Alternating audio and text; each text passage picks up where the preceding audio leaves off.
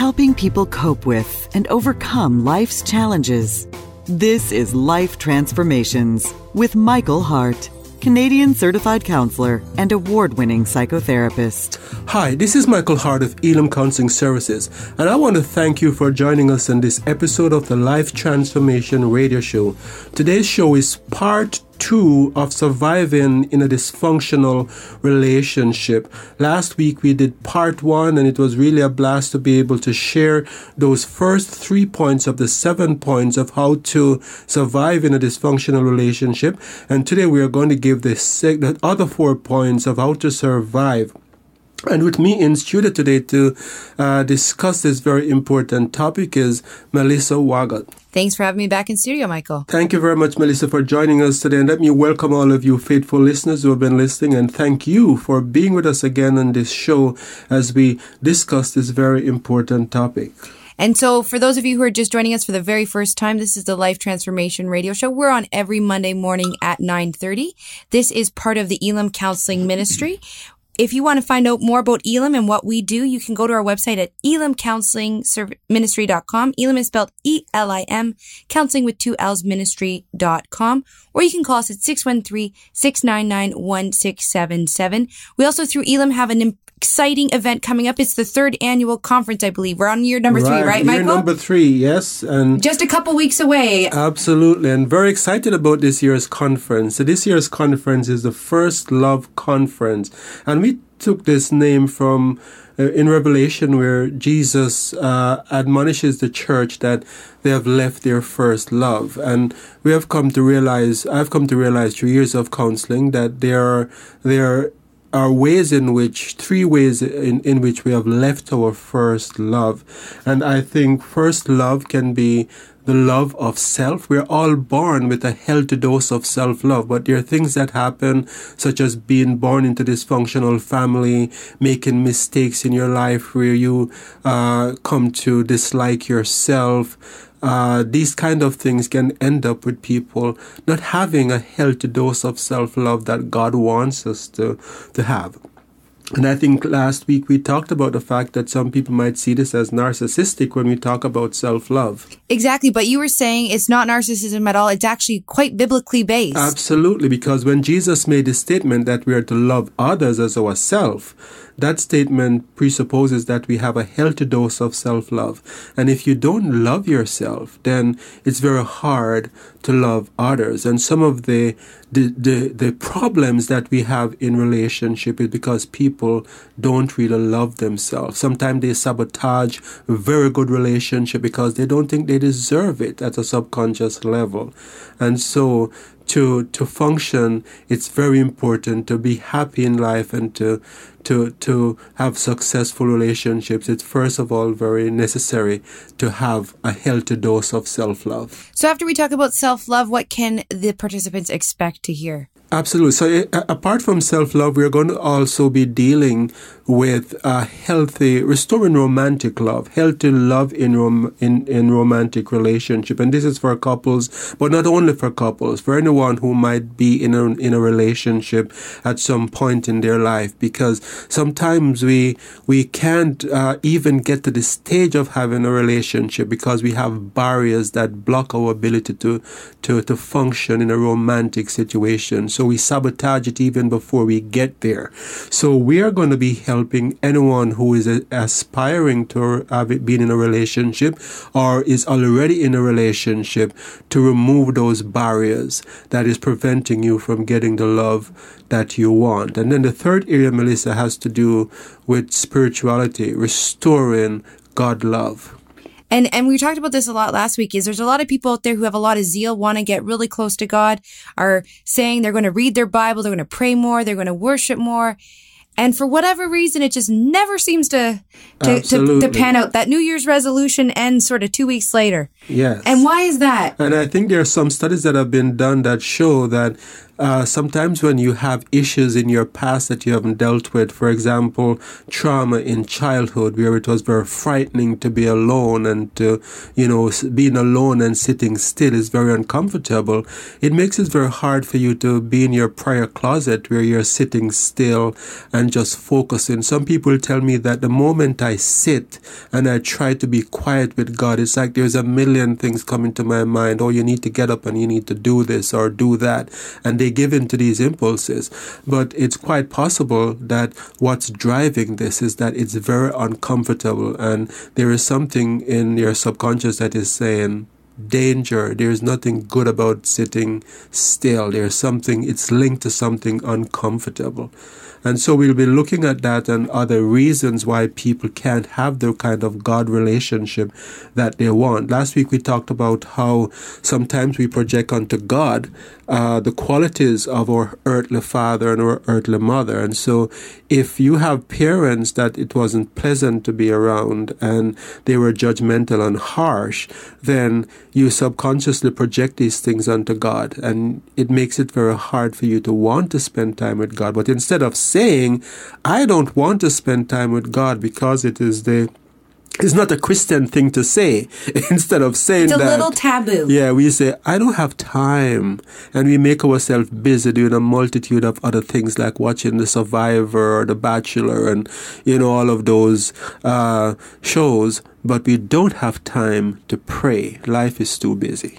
And so if you are interested in joining us, we would love to see you at this conference. It's going to be a wonderful Saturday on September 30th at the Church of God right here in Ottawa, where we're going to explore the topic of first love, and we're going to go through those areas of healthy self-love, healthy romantic love, and healthy God love, and hopefully have lots of breakthroughs throughout the day for people in their lives. If you want to join us and get your name on the list, go to our website at elimcounselingministry.com. Elim is spelled E-L-I-M, counseling with 2 L's, ministry.com, or you can call us to register at 613-699-1677 and register early, because what's happened in the past is the space does fill up quickly and we want to see you there. So please register as soon as possible. And as we said last week, the cost before September 1st is $25 and after that it goes to $35. So if you'd like to register, make sure that you register before September 1st. We'd also like to ask for sponsors. If maybe you are not going to the conference, or you've been to past conference and you know how valuable these conferences are. Like, we are running this conference at a loss in most cases, because what we are trying to do is to get as many people to come who need to be there. And so sponsors help us to be able to put on these kind of events and cover the cost. If you would like to be a sponsor, you can give us a call at 613-699-1677. So today we are covering part 2 of surviving dysfunctional relationships. If you missed part 1 last week, you can always check it out on our website at elimcounselingministry.com.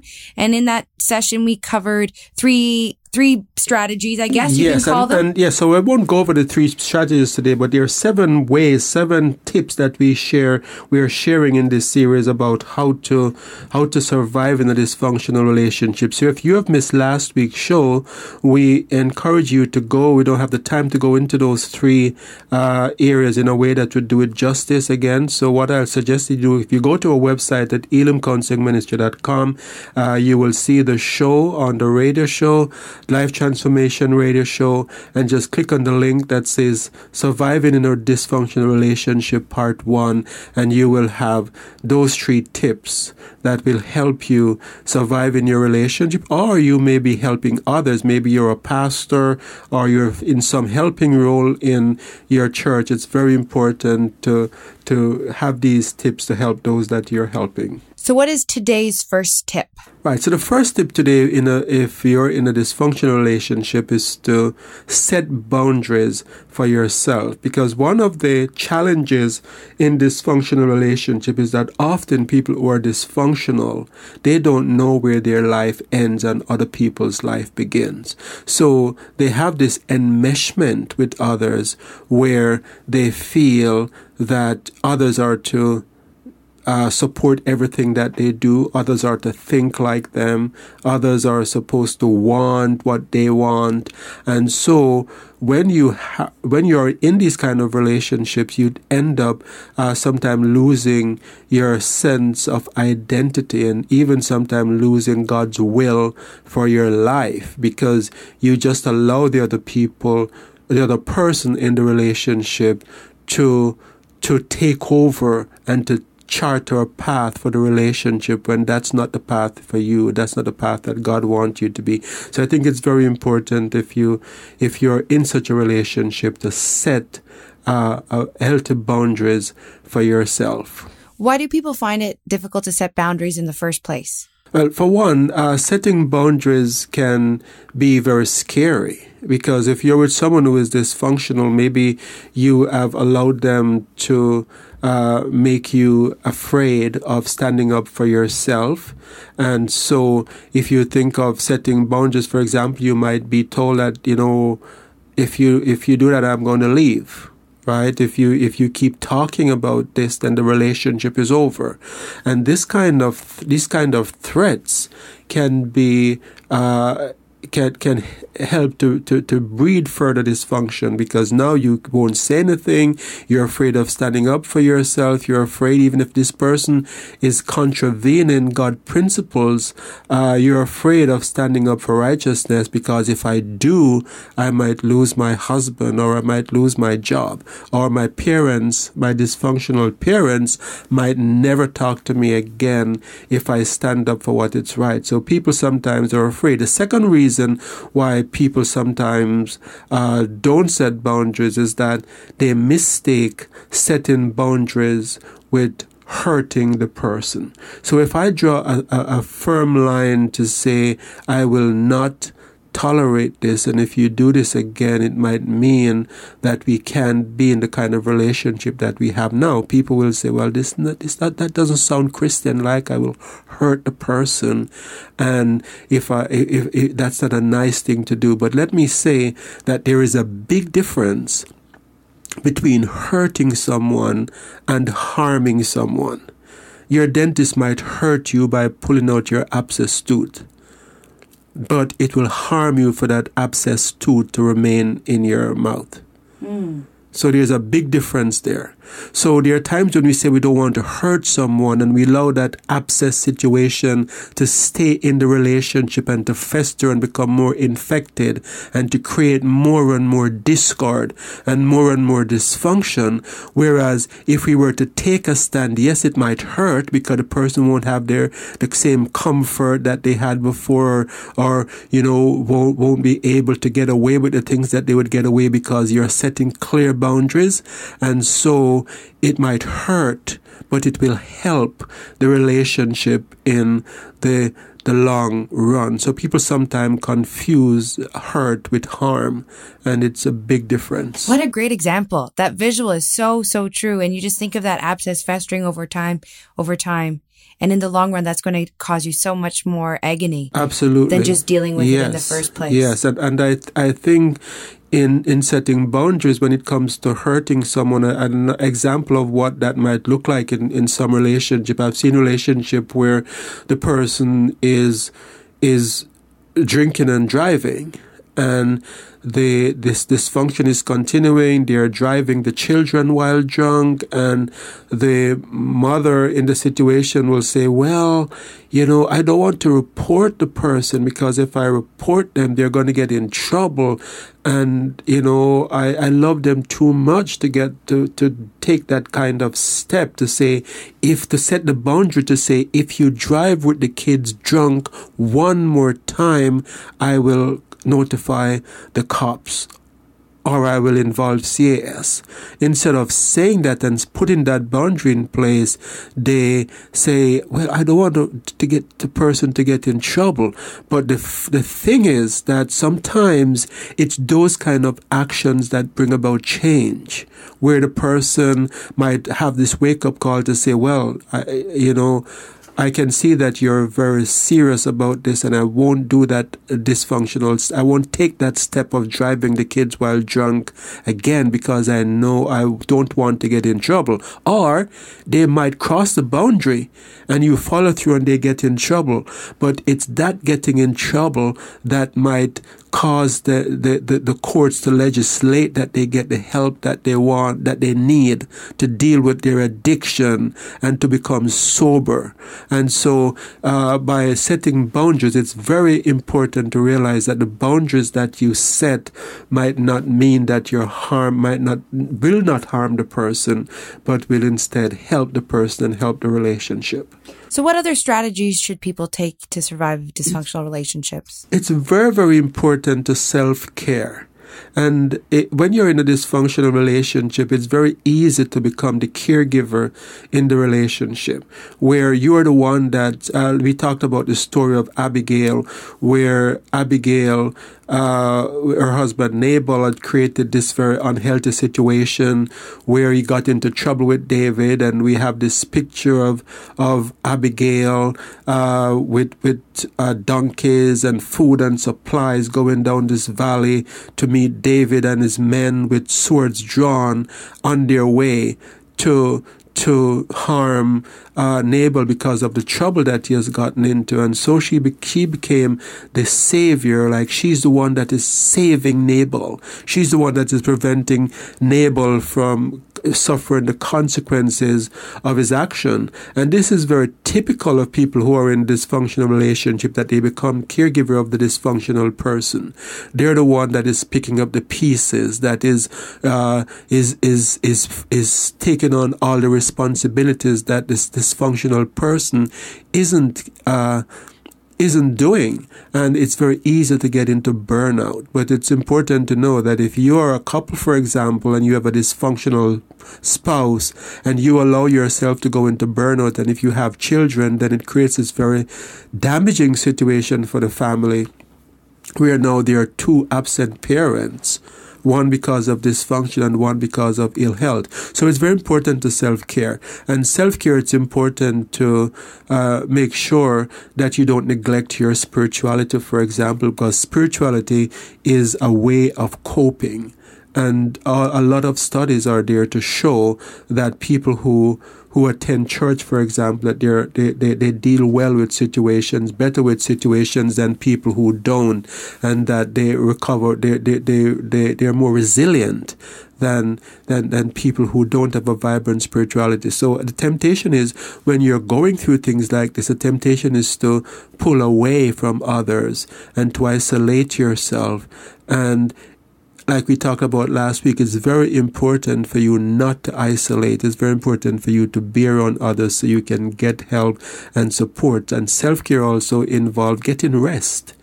Dealing with having a vibrant spiritual life, getting rest, making sure that you're eating properly, making sure that you're not taking on too much, making sure that you have support around you that can take up some of the slack of the person who is dysfunctional, and not trying to do it all by yourself. So you're not a super person, you're not superwoman or superman. You will burn out if you take this on all by yourself. So attend to self-care. Make sure you're exercising. Exercising, for example, gives us more energy, and also causes our body to secrete the feel-good hormones, endorphins, that helps us to feel better about life and about our situation. If you've just joined us, you're listening to the Life Transformation Radio Show. Today we are discussing part 2 of our series, Surviving Dysfunctional Relationships. If you missed the first half of today's show, or part 1, we encourage you to listen to both at our website, elimcounselingministry.com. Elim is spelled E-L-I-M, counseling with 2 L's, ministry.com, or you can call us at 613-699-1677, and we'd be happy to connect you with a copy of today's show as well as last week's. So, Michael, what other tips do you give to people in these types of relationships? I think it's also very important to disengage from chaos and unhealthy conflict.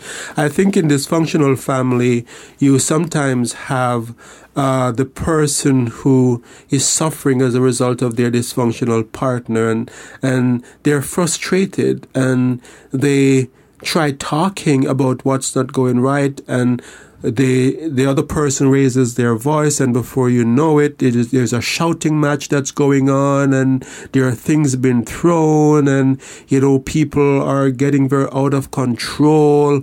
And so the issue is not resolved because the chaos and the conflict take center stage, and then things blow up, and you have this very high drama that's taking place, and then people withdraw into their corners, and things go well for a while till something big happen again, and then there's a next flare up, and you have the same drama plays out. And sometimes this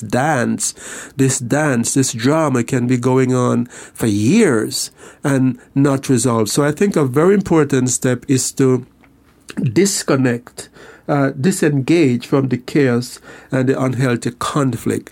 And one way of doing that is to make sure that if you are the person who is suffering, let us say the person, you have a partner that is doing dysfunctional things, that you resolve to yourself that you are not going to be drawn into these kind of situations. And there are some boundary limits that boundary setting that could be included in this as well, to say, if this drama gets into a situation where you hit me, for example, I will call the police. Or if you are disrespectful to me and uses those words, I'm not going to tolerate that anymore. I'm not going to put up with that kind of behavior anymore. But you don't get drawn into that, because unfortunately I've seen Christians who sometimes they're in dysfunctional relationship, and they're trying to speak up, and they start very nicely. They suggest, let us pray about this, and the other person says something unkind,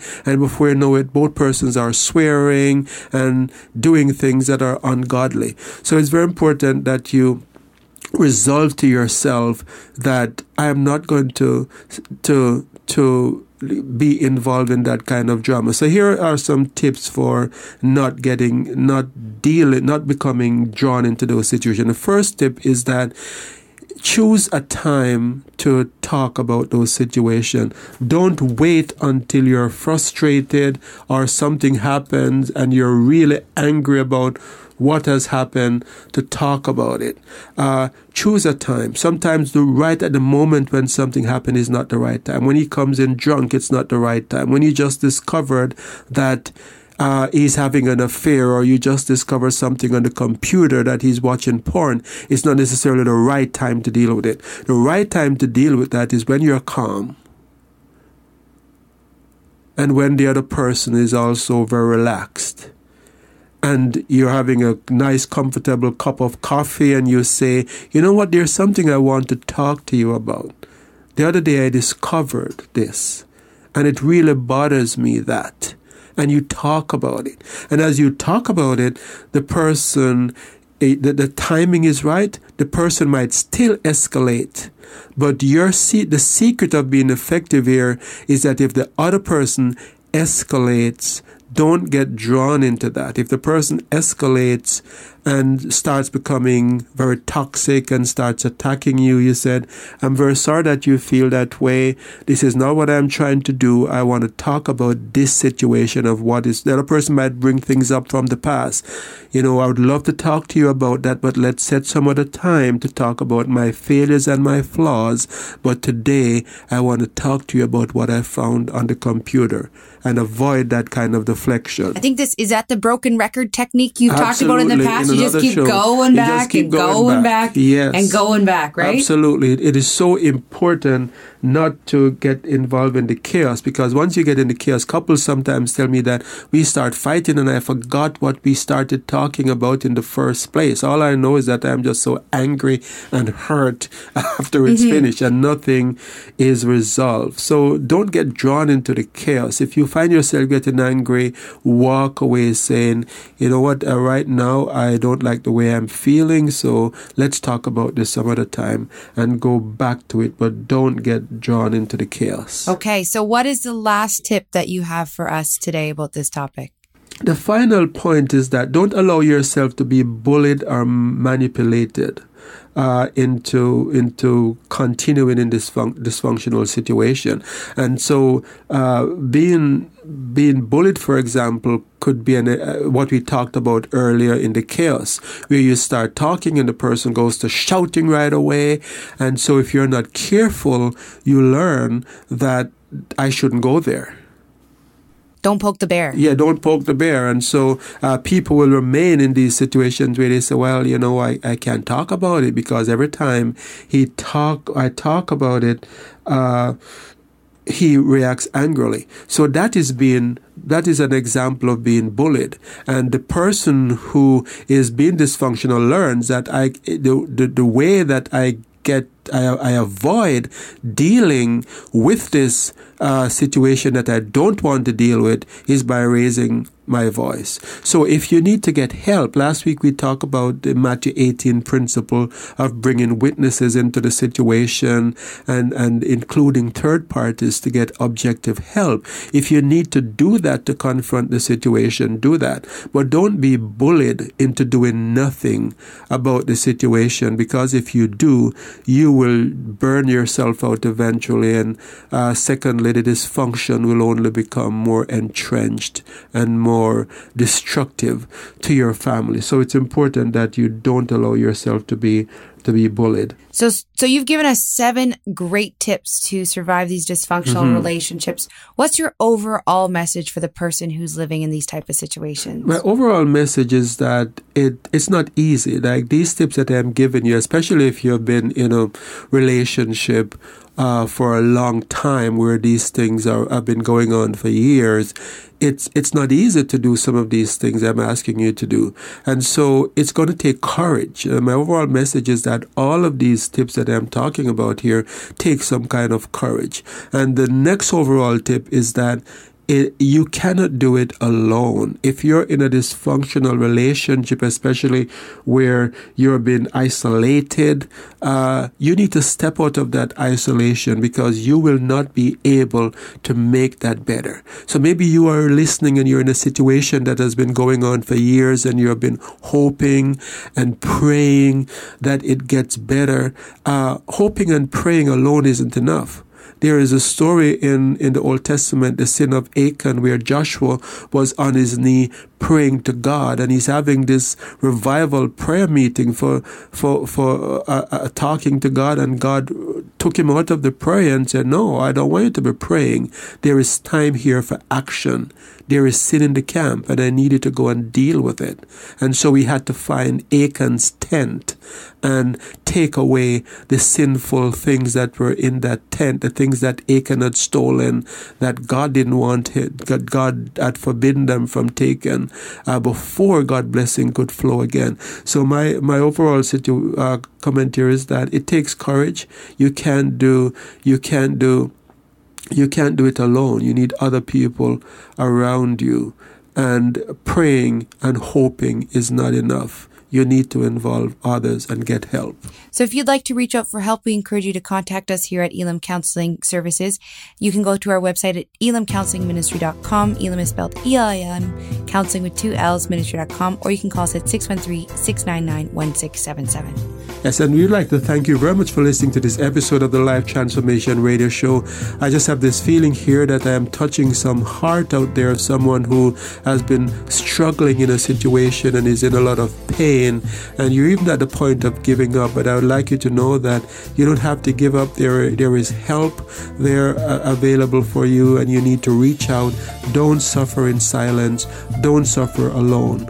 So until next time, this is your host, Michael Hart of Elim Counseling Services, and Melissa Waggett, praying together that God would bless you in all your relationships and to keep you sound in mind and pure in heart.